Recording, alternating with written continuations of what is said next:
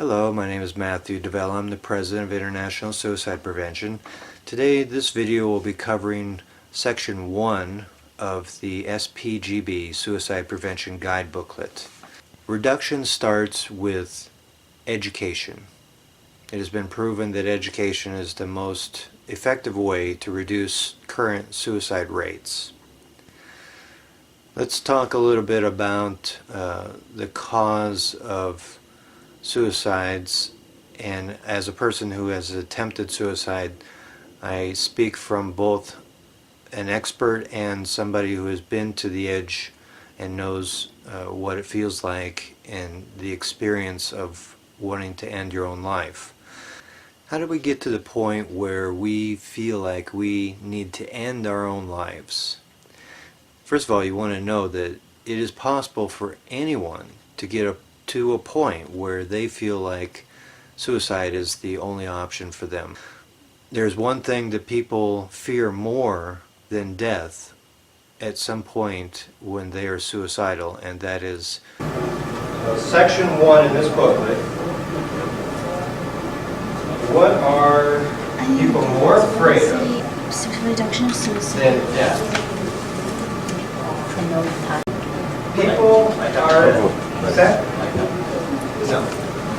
People are afraid of judgment more than they are of death. They're afraid of what people will think of them more than they are of dying. Stigma. Stigma is the fear of what others will think of them and the effects it will have on their life.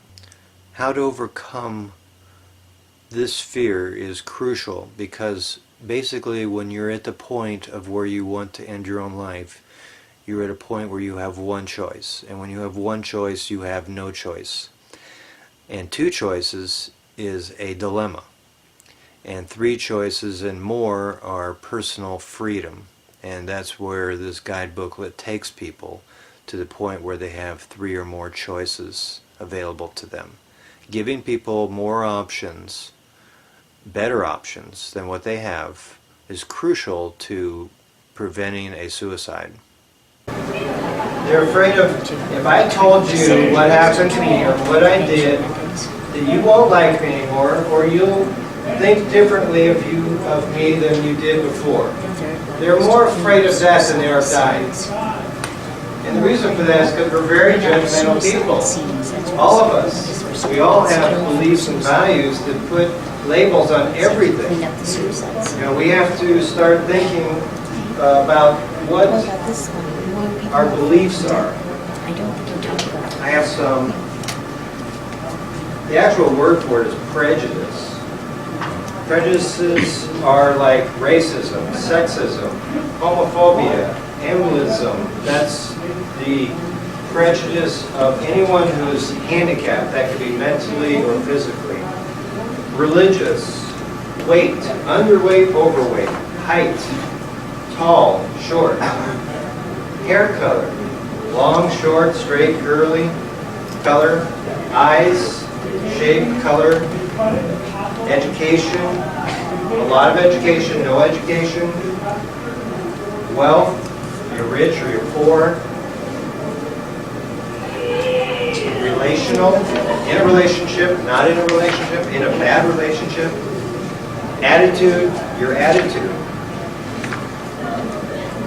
And then there's more prejudices on top of these: places, weather, sounds, day, night, travel, events. These are all things that have been pre-programmed into us by the time we're about 5 years old.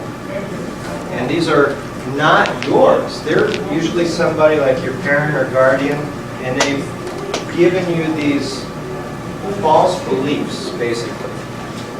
That, you know, you got curly hair, and curly hair people steal. I mean, and you have to think about your beliefs.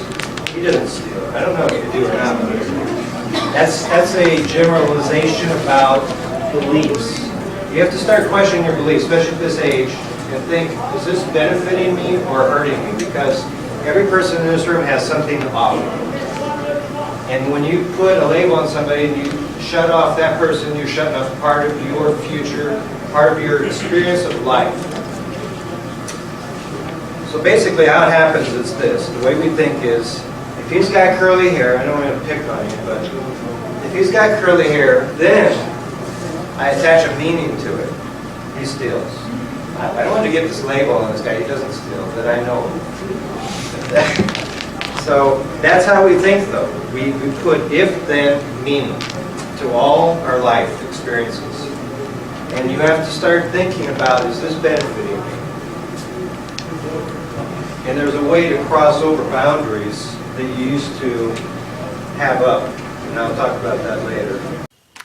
Given the right situation or circumstance, anyone can become suicidal. The fact is, having suicidal thoughts is part of the human experience. But my passion since my attempt at suicide was that I wanted to help people choose not to make that decision. Unlike other organizations that do this work, we have solutions. We're a solution-based company. Other than, I'm not just here to tell you the horrific statistics and what's going on and how bad things are in the community.